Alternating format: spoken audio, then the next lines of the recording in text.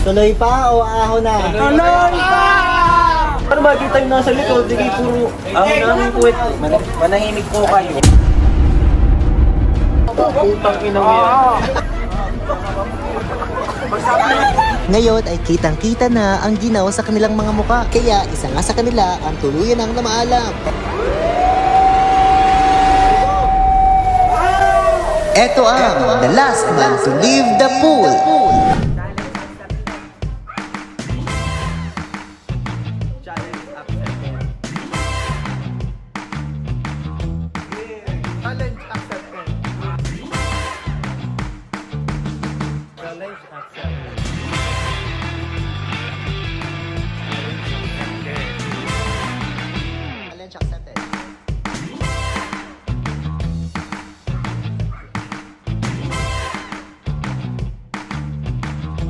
Challenge accepted. Challenge accepted.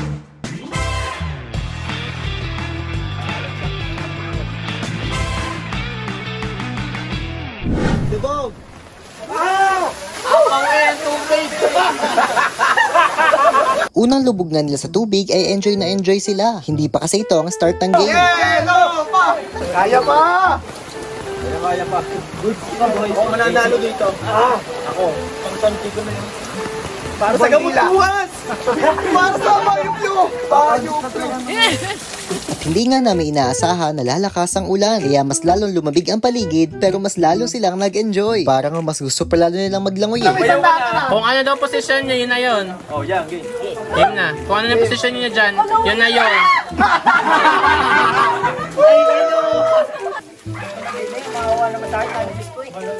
Oh, yung mahon ng mga balikat, kitang-kita ha. OA ka na naman. Ba't tinatanggal ang OA? Alamig. Tuloy pa o ahon na? Tuloy pa! Okay. Yelo pa. Huwag naman din sa akin. Logi pala kami sa una, kitang-kita kami. Paano makikita yung nasa likod? Hindi puro ahon na ang puwet. Manahimik po kayo.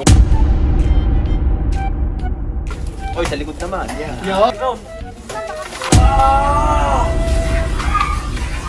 Yun na nang nilabas kong sinol. Ano yun ay kaya pa? Kaya. Kayang-kaya. Kayang-kaya.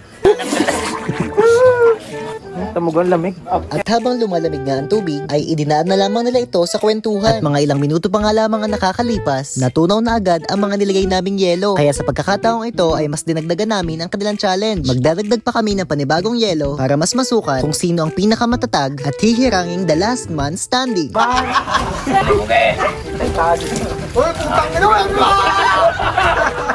At dahil nararamdaman na nga nila ang lamig ng tubig, naglaro na lamang sila ng pasapasahan ng yelo. At talagang matitibay ang ating mga players. Kaya naman sa pagkakataong ito ay i-level up natin ang challenge. Ilabas na ang mga electric fan.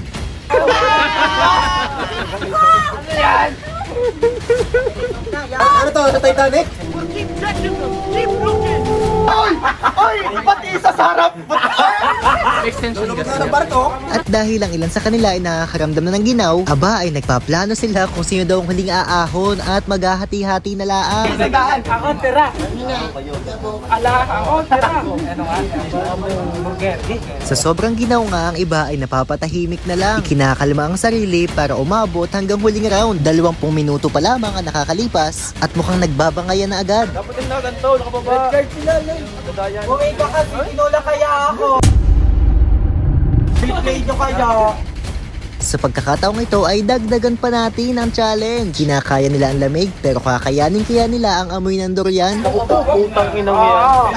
Wala mo nang ayaw mo. Ayan, sige, singhutin nyo. Kanya-kanyain ang reaksyon. Putang ina.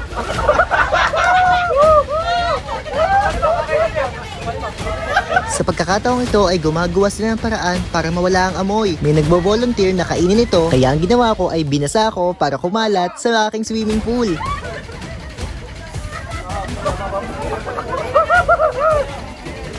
At isa nga sa kanila ang hindi na kinaya ang amoy nito.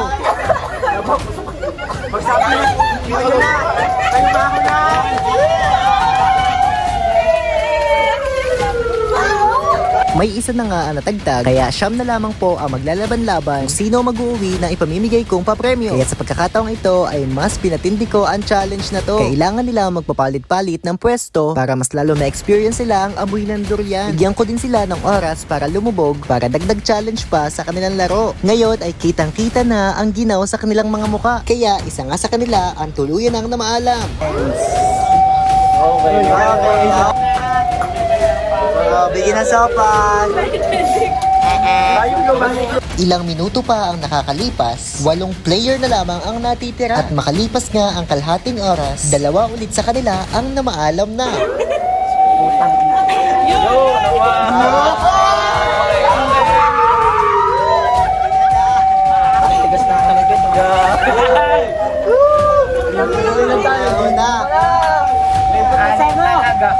Anim na lamang ang player nating natitira. Sinong aahon?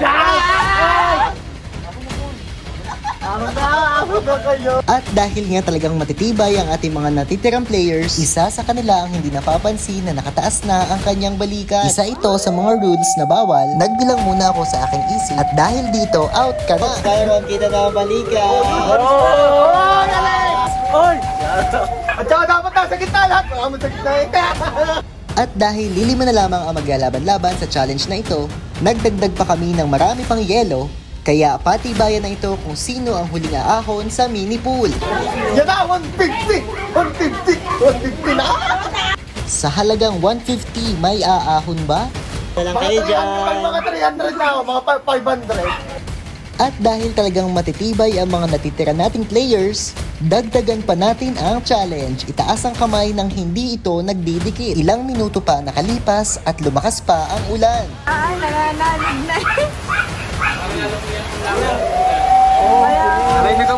Dito nga ay lumakas pa nang lumakas ang ulan. Habang tumatagal ay patindi ng patindi ang kanilang challenge. Bukod nga sa nilalabanan nila ang lamig, plus malakas na ulan, nilalabanan din nila ang matinding ngalay sa kamay. Sige, dagdagan pa, ituwid ang kamay. Tuwid na tuwid. At dahil nga patindi na ang patindi ang sitwasyon dahil na rin sa malakas na ulan, mayroong player na talagang nahihirapan na at meron din naman chillax lang. Okay na ako.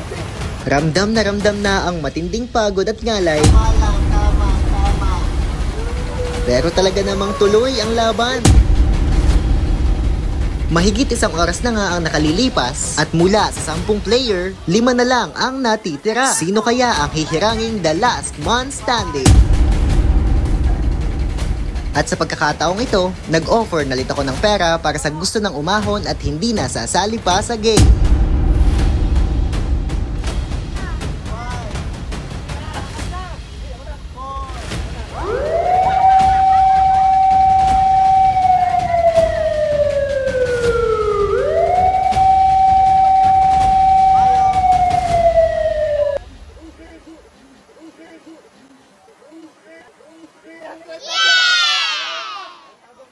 Apat na lang at natitira at sino kaya sa kanila? Ayoko na. Sakit. At sa sobrang tindi na ng ngalay na kanilang nararamdaman,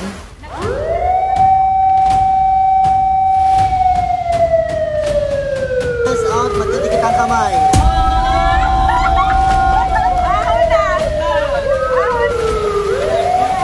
tatatlo na lamang ang natitira. Sino kaya kay Paul, Ara, Laloy ang mananalo at tatanghaling the last man standing? Kaya naman i-level up na natin ang challenge dahil kinakailangan nilang umikot sa mini pool nang hindi tumataas ang balikan. Ang kamay!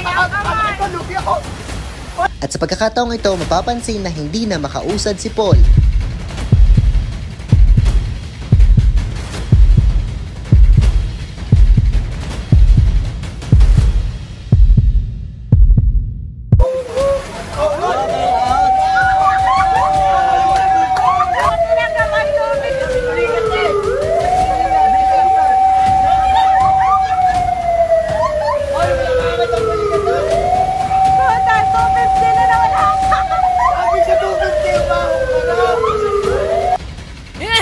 At dahil dadalawa na lamang ang natitira, eto na ang final game. Matira matibay dahil kinakailangan na nilang lumubog sa mini pool at ang huling aahon ang siyang mananalo. In 1. Oh, mas mahirap yun. 2. Last na to, last na. Lubog! Lubog!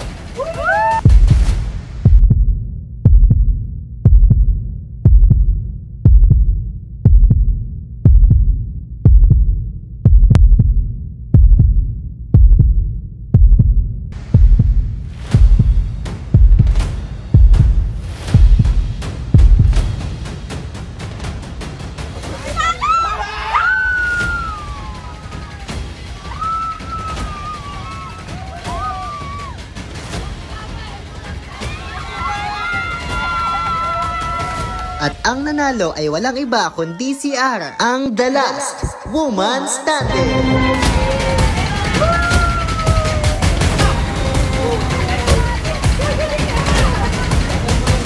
Yes! Hey!